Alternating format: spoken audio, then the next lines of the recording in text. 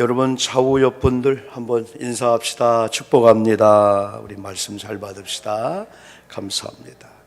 좀 추신 분들은 날로 옆으로 이렇게 하시면 도움이 될 겁니다. 네. 이제 오늘부터 우리 교회가 지키는 교회력으로 이제 대림절이라고 볼 수가 있습니다. 혹은 강림절, 대림절인데 저는 지난주부터 이런 제목을 가지고 말씀을 시리즈로 나가는데 약속과 성취 사이 기다림이다. 그래서 지난주에는 약속과 성취, 약속은 약속입니다. 성취는 이루어진 거예요. 그래서 우리는 약속만 받고 끝나는 게 아니고 성취, 응답의 복을 받기 위해서는 그 중간에 기다림이라는 은혜를 받아야 된다. 되게 위대한 사람들이 다 이 기다림에 아주 명수하듯이 기다렸습니다. 하루살이한테 내일 약속한다면은 하루살이는 기다리도 못할 뿐 아니라 약속을 받음으로 그냥 끝나요. 그러나 우리가 메뚜기도 한철이라고 메뚜기한테 뭐 내년에 혹은 2년 후에 약속을 하면 역시 그것도 약속으로 끝날 수가 있습니다. 어린아이들은 장난감을 사준다고 약속하면서 야, 너 앞으로 한 달 후에 혹은 6개월 후에 사줄게 라고 하면 아마 아이들은 몸부림을 칠 거예요. 그러나 우리 어른들은, 어른 세대는 5년 뒤에도 혹은 6년 뒤에 10년 뒤에도 약속할 수가 있어요. 왜? 어른들이기 때문에 기다림이라고 하는 게 뭔가를 우리는 알고 있습니다. 또 이 기다림의 은혜가 있어요. 그래서 계속 말씀드린 대로 약속을 붙잡고 이루어질 미래를 소망 삼고 이 기다리면서 기다림은 아주 또 이게 아주 재미가 있단 말이에요. 이 기다림이라는 게 약속이 있는 이 기다림이라고 하는 것은 대림절을 맞이하면서 예언자 선지자 많은 하나님의 사람을 통해서 예언하셨어요. 약속하셨어요. 언약의 백성인 우리는 그 약속을 받았고 이제 이루어진 성취도 있지만은 앞으로 많이 이루어질 거예요. 그러나 지금 현재 이 기다림이라는 이 은혜를 우리가 많이 받아야 돼요. 이것도 은혜입니다. 우리의 노력으로 될 수 있지만은 하나님의 은혜가 임해야 된다. 오늘은 약속과 성취 사이에서 순종이라는 제목을 가지고 은혜를 받으려고 합니다. 이 순종이라고 하는 거, 그래서 약속과 이 성취 사이에 기다림이 있다면 또 순종이 있다는 거예요. 순종이 있다는 거예요. 대개 우리가 어떤 큰 일을 약속받으면은 그것이 이루어질 때까지는 환경이 안 좋다, 뭐 여러 가지로 우리가 제약을 받다 보니까 불평이 나오고 원망이 나오고 그리고 막 분노를 발하기도 할 수가 있단 말이에요. 그런데 이 순종이라는 게 얼마나 귀한지, 일반적인 그 사회에서의 삶과 이 신앙의 삶이 다른 것은 순종을 보는 가치가 달라요. 순종을 보는 게 달라요. 일반적인 곳에서는 순종이 합리적이고 이해가 돼야 되고 순종하도록 해줘야 순종할 수가 있다는 거예요. 그런데 성경은 그럼에도 불구하고 말씀했기 때문에 그 말씀을 통해서 순종이 나오는 거예요. 이따도 나올 수 있겠지만은 원수를 사랑하라, 아니면 아내들아 남편에게 복종하기를 주께 하듯 하라, 남편들아 아내를 사랑하라, 주께서 교회를 위해서 죽기까지 희생하기까지 사랑한 것처럼 아내를 사랑하라. 이 말씀이 성경 말씀이에요. 이 말씀을 받은 우리들은 내가 아내를, 내가 우리 며느리를, 내가 시부모님을, 내가 상대방을 도저히 사랑할 수가 없다, 일반적으로는 그걸 끝날 수 있어요. 그러나 기독교는 성경의 말씀이기 때문에, 하나님의 말씀이기 때문에 나는 그 말씀을 순종하기 위해서 아내를 사랑합니다라는 이런 단계까지 가게 된다는 거예요. 이게 바로 일반적인 순종과 교회에서 이야기하는 순종의 다른 거예요. 그래서 다 말씀을 근거로 해서, 다 성경을 근거로 해서 우리는 들을 때 지킬 수가 있죠. 자, 오늘 약속과 성취 사이의 순종이라는 이 제목을 가지고 첫 번째 우리가 은혜 받을 여러분 내용은 순종이 예수를 탄생케 했다. 우리 한번 따라해 볼까요? 순종이 예수님을 탄생케 했다. 여러분, 요셉과 이 마리아의 순종은 진짜 아름다운 순종이에요. 진짜 이건 그럼에도 불구하고 순종이고 성경적인 순종이라고 볼 수가 있습니다. 마리아가 깜짝 놀랄 천사 이야기를 듣습니다. 동정녀 탄생입니다. 그러나 마리아는 하나님을 경외하기 때문에 그걸 받아들입니다. 순종합니다. 그런데 문제는 요셉이었습니다. 요셉이, 주의 사자가 요셉에게 현몽하여 꿈에 나타나서 그 약속을 받고 오늘 읽은 1장 24절은 요셉이 잠에서 깨어나서 꿈속에 들은 약속이 있었다는 거예요. 그 약속이 뭐냐? 1장 20절에서 이 일을 생각할 때 주의 사자가 현몽하여 꿈속에 요셉에게 나타나서 뭐라고 했냐면, 다윗의 자손 요셉아, 네 안에 마리아 데려오기를 무서워하지 말라. 그에게 잉태된 자는 성령으로 된 것이라고 하는 1장 20절에 천사를 통해서 꿈속에서 지시함을 받았어요. 그런데 오늘 본문에서는 요셉이 잠에서 깨어나서 꿈이네, 그걸로 끝나지 않고 꿈을 생각하면서 주의 사자가 1장 20절 분부한 대로 행했다, 순종했다는 겁니다. 요셉은 의로운 요셉이다. 하나님을 경외함이라고 하는 신앙 있는 요셉이기 때문에 인간적으로는 큰일 날 소리입니다. 왜 이 순종이 위대하냐면은 그 당시 유대인의 법에 의하면은 돌로 맞아 죽여야 됩니다. 지금 마리아하고 요셉은 결혼한 사유가 아닙니다. 정상적인 부부 관계가 법적으로 허용된 관계가 아니고 정혼한 관계, 약혼한 정도였기 때문에 부부 관계를 이룰 수가 없습니다. 그러므로 여러분, 정상적인 법적인 이런 게 아닌 이 잉태에 대해서는 이거는 간음, 행음으로 인해서 큰 벌을 받게 되는 겁니다. 그랬는데 네 아내 데려오기를 무서워하지 말라 말이야. 동정녀 탄생이라는 거예요. 성령님께서 요셉의 씨가 아닌 성령을 통해서 바로 메시아 예수 그리스도를 탄생케 한다는 이 말씀에 순종하게 되는 거예요. 그래서 꿈에 깨어서 요셉이 꿈속에 현몽 나타난 주의 사자의 분부대로 행하였더라. 이게 25절 보니까 아들을 낳기까지 동침하지 아니했다. 이게 요셉의 아름다운 순종입니다. 그런데 더 귀한 것은 아들을 낳음에 그 이름을 예수라라 하는 이 순종까지 하는 거예요. 왜? 이미 주의 사자가 꿈속에서 아들을 낳을 건데 그 아들이 성령으로 잉태된다. 그러면서 1장 21절은 그 이름을 예수라라 그 분부했는데, 아이를 낳으면서 그 이름까지 예수라라고 하는 이름까지 순종하면서 그 이름을 지어줍니다. 이게 바로 요셉의 순종이라고 볼 수 있습니다. 이 성경에서 이 요셉의 순종이 아니었다면 예수 탄생이 어떻게 됐을까? 물론 요셉이 아니고라도, 요셉을 통하지 않고라도 인류 구속을 위해서 메시아 탄생을 하나님은 하게 했을 거예요. 그런데 요셉과 마리아의 순종을 통해서, 우리 가문을 통해서, 우리 아내들 마리아를 통해서, 나를 통해서 세상의 인류 구속을 위한 하나님의 계획인 사랑의 완성인 메시아가 탄생해 이 탄생을 이루게 된 거예요. 오늘도 우리에게 많은 말씀을 주고 많은 약속을 주는데 우리의 순종의 여부에 따라서 탄생, 생명을 얻게 할 수가 있고 생명을 잃게 할 수 있다. 결국은 순종은 생명과 연관되는 거예요. 오늘도 우리는 예수를 탄생시킬 수가 있다는 거예요.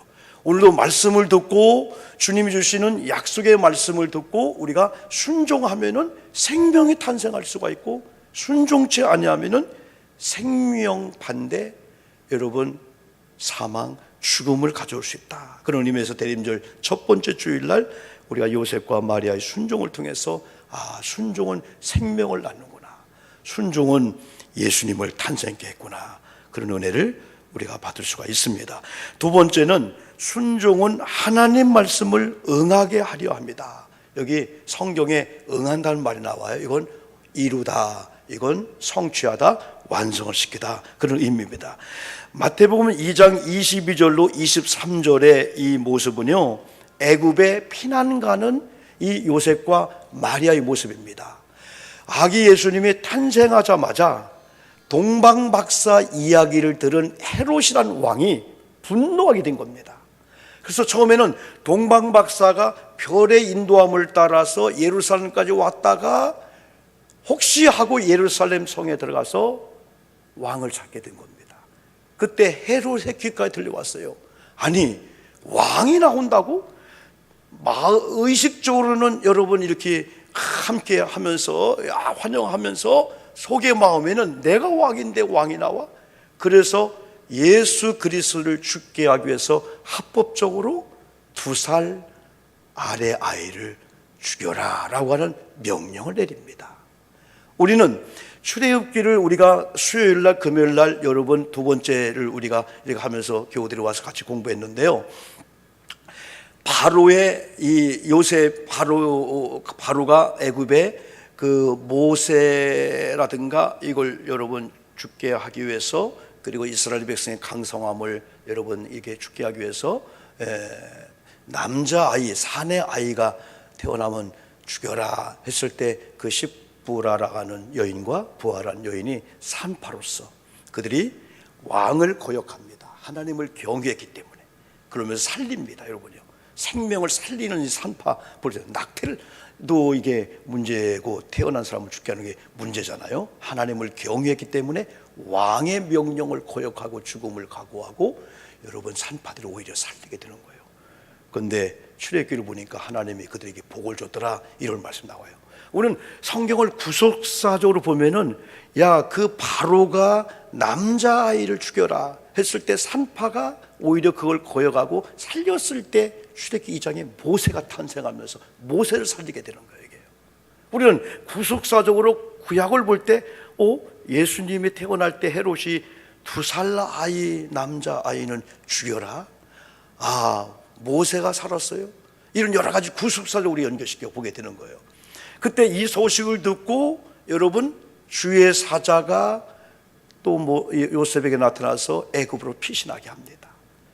또 애굽에 한참을 피신하고 있을 그때에 우리가 사진을 보면은 헤롯이 죽어요. 헤롯이 죽음을 알고 다시 주의 사자가 요셉의 꿈속에 나타나서 요셉에게 다시 이스라엘로 돌아가라, 다윗의 자손 요셉아 하면서 이스라엘 돌아가라. 그때 요셉이 꿈의 지시함을 받아 갈릴리 지방으로 떠나가 나사렛이라는 동네에 가서 사니, 중요합니다. 마태복음 2장 22절로 23절, 애굽으로 피난 갔던 요셉이 아이와 함께 마리아와 함께 꿈속의 지시함을 따라 순종하면서 다시 이스라엘로 돌아오는데 어디로 갔냐? 갈릴리 지방의 나사렛 동네로 갔다는 거예요. 그래서 어린 시절을 거기서 보내잖아요. 이게 바로 선지자로 하신 말씀에 나사렛 사람이라 칭하리라 하심을 이루게 함이라고 말씀해 주고 있는 거예요. 이게 마태복음 2장 22, 23절 나오게 되는 거죠. 그래서 요셉의 순종을 통해서 하나님 말씀이 완성되는 거예요. 하나님 말씀이 이루어지게 되는 거예요. 요셉의 순종을 통해서 하나님 말씀이 바로 응하게 되는 이 일이다. 이게 이사야 11장 1절에서 이새의 줄기에서 한 싹이 나며 그 뿌리에서 한 가지가 나서 결실할 것이요라고 하는 600~700년 전에 메시아 예언했던 이사야의 그 예언이 요셉의 순종을 통해서 이루어지게 되고 나사렛 동네에서 어린 시절을 보내라는 이 말씀이 응하게 된다, 이 말씀입니다. 마태복음 2장 22절로 23절의 요셉의 그 순종은 예수님이 탄생하면서 아까 말씀드린 대로 살인 정책 속에서 여러분요 피난 가고 다시 돌아오는 과정 속에서 이미 탄생한 예수님이 생명의 보호를 받게 되는 거예요. 그 다음에 십자가를 지는 과정까지 우리는 다 그 내막을 여러분 알고 있지 않습니까? 이렇게 요셉의 순종 속에서 선지자로 하신 말씀에 나사렛 사람이라 칭하리라, 예수, 그게 응해지는 이런 과정을 우리 볼 수 있습니다. 우리는 예수님의 순종을 통하여 하나님의 말씀을 이루려 함이라는 사실을 우리는 배울 수가 있습니다. 예수님께서 이미 이제 공생애를 이제 보내시면서 십자가를 앞에 놓고 마태복음 26장에서는 겟세마네 기도를 여러분 얘기하고 있습니다. 예수님께서 고통의 잔, 십자가 죽음의 잔을 앞에 놓고 하나님 이 잔을 내게서 멀게 하옵소서. 그러면서 예수님께서 그러나 내 원대로 마시고 아버지의 원대로 하소서. 아버지의 구속의 십자가 예수 그리스도의 이 죽으심을 예언했어요. 그 일을 이루어달라는 거예요. 예수님 겟세마네 동산에서 자기 뜻을 접고 자기 생각을 접고 십자가에 순종하는 예수님을 통해서 하나님 말씀을 이루려 합니다. 그걸 볼 수 있습니다. 여러분, 우리가 히브리서 5장 8절 말씀을 우리가 보았는데요, 히브리서 5장 8절에서 그가 아들이시면서도 받으신 고난으로 순종함을 배워서 온전하게 뒤섰은 즉 자기에게 순종하는 모든 자에게 영원한 구원의 근원이시고, 예수님은 어디까지 순종했습니까? 고난입니다. 고통입니다. 십자가의 죽음까지도 순종했는데, 예수님도 그 순종함을 통해서 온유함을 배웠는데, 순종함으로 말미암아 믿는 저와 여러분의 이 구원의 근원이 되겠다. 그래서 구원받은 자들로 하여금 순종을 배우겠다는 겁니다. 여러분, 저는 김덕신 목사님이라고 우리 성서침례교회 목사님인데 한 25년 전, 30년 전에 만나서 지금까지 교제하는데 그분에게 주는 은사는 뭐냐? 목사님들과 더불어서 성경 공부를 가르치는 은사가 있는 거예요. 전국의 수많은 목사님들이 이분과 성경 공부하면서 은혜를 받는데, 코로나로 인해서 이제 1세 세미나라고 읽는 세미나에서 많은 자료가 카톡으로 오고 공부해서 우리가 또 보고도 하고 지금까지 계속하고 있는데, 근간에 여기 은혜의 교회 집회에 10번째인가 11번째 매년마다 오셔서 제가 그 10번의 강의를 다 들으면서 또 공부했어요. 용서에 대해서 은혜를 받았는데, 이번 주 주제가 뭐냐면, 1세 세미나 주제가 뭐냐면 순종입니다. 순종을 공부하고, 저희 설교를 준비하면서 잠깐 그걸 인용해서, 거기서 예수님께서 마태복음 6장에서 12제자를 선택하는데 그 중에 하나가 가룟유다였어요. 그래서 많은 사람들이 예수를 팔고 배반할 수 있는 걸 아시면서도 왜 예수님은 가룟유다를 12제자 속에 넣었을까 이거예요. 이게 잘못된 거 아니냐. 그런데 그것조차도 말씀을 응하게 하랬다는 거예요. 예수님의 순종이에요. 그러면 누가복음 6장에서 예수님께서 12제자를 선택할 때 임으로 그냥 뽑은 게 아니고 하나님 앞에 기도했다는 거예요. 그래서 하나님께서 응답해 주시는 대로 이름을 지명해서 세우는데 그 중에 하나가 12 중에 누가 꼈냐? 유다가 꼈다는 거예요. 그러니까 예수님의 임의로 빼고 이게 아니고 하나님 앞에 12제자를 선택할 때 기도해서 하나님이 주시는 사인, 응답을 통해서 선택했다면 하나님은 그 안에 12제자 속에 유다를 넣은 거예요. 그걸 응하게 하려 합니다. 그러면서 우리가 요한복음 13장에 보면은 여러분 세족식에 이런 장면이 나오잖아요. 그죠? 그 신비한 것은 이렇게 12제자를 복음서에서 언급할 때 베드로가 쭉 먼저 나오잖아요. 이번도 김덕신 목사님을 통해서 은혜의 교회 집회하는 동영상을 제가 받아서 이렇게 보면서 용서에 대해서 이런 은혜의 말씀을 들었어요.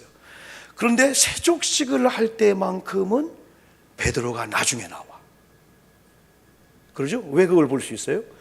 제자들이 발 씻는 그런 모습 속에서 나중에 이 베드로가 분개했던 것 같아요.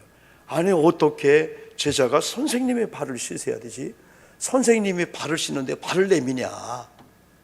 그런데 순서는 안 나왔지만은 이 다음에 천국에 가서 물어보자고 그래요. 한 번요. 누구를 제일 먼저 닦아줬을까? 왜? 세족식에서 가장 많이 언급되는가 유다에 대한 언급이야. 발을 씻어주면서 떡 조각을 주면서 배반할 걸 예고하는데 유다가 주인공 같은 거예요. 유다를 먼저 닦지 않았을까? 그러면서 맨 마지막에 이제 베드로의 발을 씻을 때 거절합니다. 안 됩니다. 그러나 예수님께서 나와 상관이 없다 하니까 그러면 목욕을 시켜주세요. 이미 목욕한 자는 발만 씻습니다.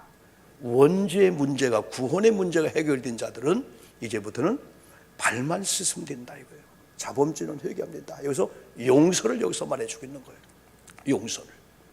하나님께서 우리를 그럼에도 용서한 것처럼 우리가 용서해 주, 남의 발을 씻어줘야 된다. 그게 용서라는 거예요, 이게요.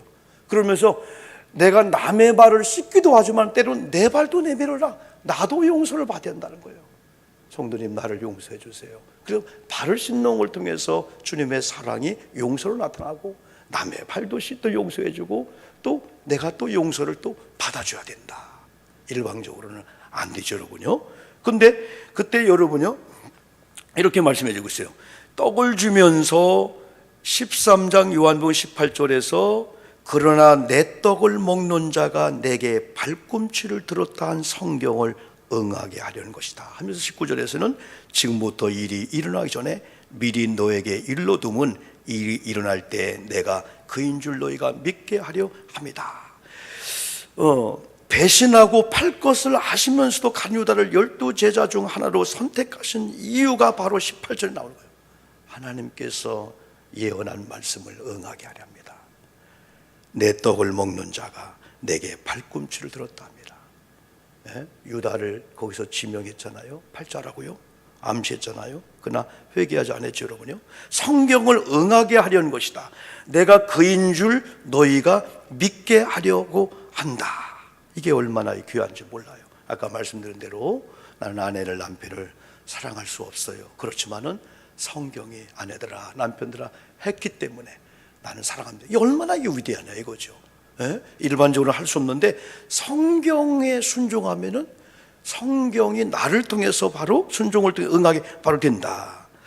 이 성경 말씀을 들으면서 우리들이 변화되잖아요. 내가 도저히 사랑할 수 없는 저 사람을 성경은 사랑을 했구나 하면서 성경을 응하게 되는 이 일이 얼마나 중요한지 몰라요. 그래서 교회 생활 가운데 가장 중요한 부분이 많이 있지만은 순종의 분야입니다. 이 순종이 사람을 바꿔놔요. 바라보는 사람이 그분을 바라보는 대상이 달라요. 이 순종의 이 반대가 거역이죠. 오늘 히브리서 5장 전후에 보면 완고합니다 이렇게 표현해주고 있어요. 완고합니다. 교회마다 큰 일을 맡은 분들의 공통점들이 예수님의 사랑을 받는 자, 주의 종들, 성도들의 사랑과 인정을 받고 주 성수 잘하고 11조 봉사량을 잘하는 거예요. 그런데 이 모든 걸 잘하고도 순종하지 아니하면 성경은 완악하고, 이 불순종하는 이 일을 통해서 하나님께서 세우지 않는 거예요. 순종하는 단계에 올 때까지 그냥 그 자리에서 신앙을 키우고 순종의 법을 배워서 교회 중요한 일을 맡아라. 중요한 일을 맡은 자가 순종의 훈련이 안 되면 그 다음부터는 다 엮이게 되는 거예요.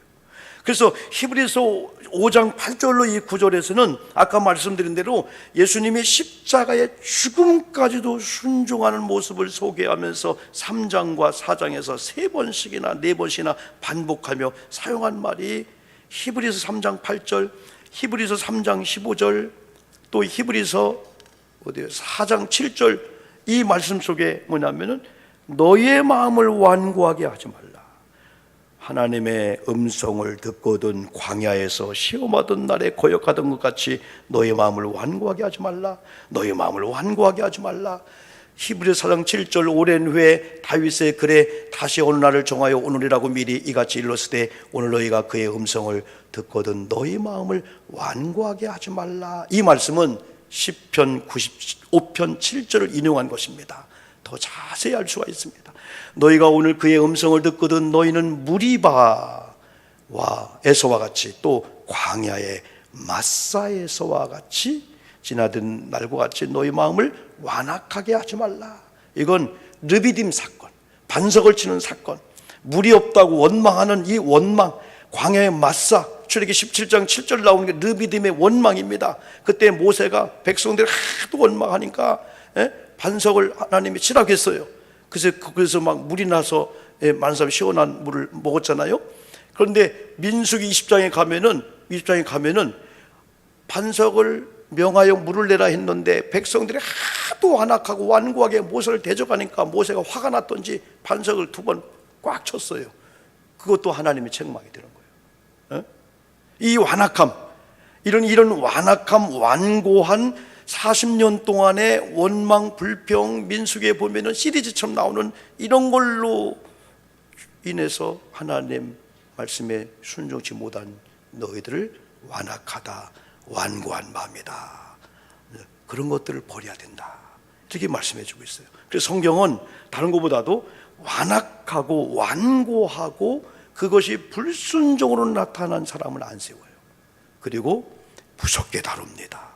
왜? 그들은 마태복음 13장에 씨를 뿌렸는데 돌밭에 뿌린 것처럼, 마치 하나님 말씀이 바위에 떨어서 열매를 맺는 것처럼 말씀을 못 듣고 하나님의 은혜가 임하지 않으니까 마음이 완악해져요. 그래, 이게 회개하고 말씀을 통해서 성령을 받고 막 갈아엎어야 돼.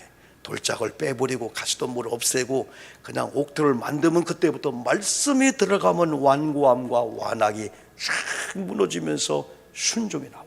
그럼 그때부터 얼굴이 온유해지고요, 온화해지고요, 주변에 많은 사람들이 다 높이고요, 귀하게 본다. 이게 성경에 아주 이 귀한 거예요. 한 교회가 교회에서 장로님을 선임하는데 무려 몇 년 동안이나 거절한 분이 계시다고 합니다. 다른 거 다 모범인데 주일 성수 잘하죠, 각종 예배, 교회 봉사 잘하는데 이분이 거절한 이유 중에 하나가 새벽 기도를 못하는 거예요. 사업상으로 새벽 기도 할 수 없는 그런 여건인 거예요. 아침에 나가서 큰 사업을 하기 때문에. 그럼에도 불구하고 그 교회에 너무 충성을 잘하니까 모든 예배, 모든 귀감이 되니까 목사님 세우기를 원했지만은 저는 못합니다. 이유가 뭡니까? 새벽 기도, 그거야 시켜서 하면 되죠. 이분은 그걸 불순종으로 본 거예요. 우리 목사님이 우리 기준을 정해놓고 이래 해야 되는데 내가 만약 이런 가운데 하면은 다른 사람의 귀감이 안 들 거고 그게 하나의 기준이 될 거다. 나는 어느 날 내가 사업이라는 이유와 핑계가 있지만은 이걸 목사님 말씀에, 하나님 말씀에 불순종 보기 때문에 순종한 단계일 때까지 저는 기다릴 겁니다. 이런 얘기를 제가 한번 들었습니다. 순종은 하나님 말씀을 응하게 하려는 것이다. 그래서 아까 말씀드린 대로 우리의 작은 순종이 성경을 완성시켜요. 성경을 이루게. 그러면 성경은 반드시 보상을 해줘요. 반드시 존중받게 하고 반드시 아름답게 한다. 이럼에도 불구하고 마지막은 성경적인 순종은 경외함이라는 뿌리에서 나온다. 한번 따라해 볼까요? 성경적인 순종은 경외함이라는 뿌리에서 나온다. 네, 뿌리 안 보입니다. 뿌리가 탁 흔들하면은 원줄기에, 거기에 많은 가지에 이제 꽃이 피고 열매가 아름답습니다. 그래, 많은 사람들은 사과 꽃을 보고 이야 이 나무, 그러면 나중에는 야 뿌리가 든든하구나, 뿌리가 귀하. 하나님을 경외함이라는 이 뿌리, 하나님을 경외하고 하나님을 존중하는 뿌리가 다 흔들하면 거기에 순종이라는 열매가 맺힌다는 거예요. 순종. 주일 성수 11조 다 열매, 이 모든 것들이 경외함이라고 하는 관계가 형성되면은 저절로 순종과 저절로 주일 성수 11조 예배, 이게 나올 수밖에 없다는 거예요. 이게. 그래서 시부모님과 며느리의 관계, 모든 관계 속에서 너 순종해야 돼, 순종 안 하고 내 말 거역하면 유산 안 물려줘, 그거 안 되는 거예요. 어느 날 관계가 형성되니까 시어머님을 존중하고 사랑하다 보니까 아낌없이 드릴 수 있는 거예요. 하나님과의 관계가 경외함이란 뿌리가 튼튼하니까 순종은 노력이 아니라 저절로 열매가 나오듯이 꽃이 피듯이 크게 된다는 거죠. 그래서 우리는 어떻게 하면 순종할까를 노력도 하지만은 어떻게 하면 내가 하나님을 경외한 마음으로 하나님을 존중하고 하나님을 사랑할까 하다 보면 그 다음부터 하나님의 입으로 나오는 말씀, 기록된 이 말씀, 주의 종도를 통해 선포되는 설교를 듣고 아멘 하면서 내가 바꿔야 되겠구나. 이것만 바꾸면은 놀라운 순종 속에 놀라운 결과가 오는 것을 여러분 경험할 수가 있습니다. 여러분 아까 말씀드린데도 요셉도 마리아도 하나님을 경외하는 의론자였기 때문에 죽음 앞에서 순종하게 된 거예요. 우리 순종하면은 누구를 생각하죠? 혜진이 자매? 순종하면은 창세기 22장의 아브라함입니다. 100세에 얻은 아브라함을 모리아산에 번제로 바치라는 명령 앞에 순종합니다. 이순자 권사님, 하나님이 오늘 혜진이에게 얼마 있으면 결혼할 건데 모리아산에 바치라 하면 하나님 이것만큼은 하지 않겠습니까? 이게 바꿔 생각해 보는 거예요. 그런데 순종했습니다. 올라갑니다.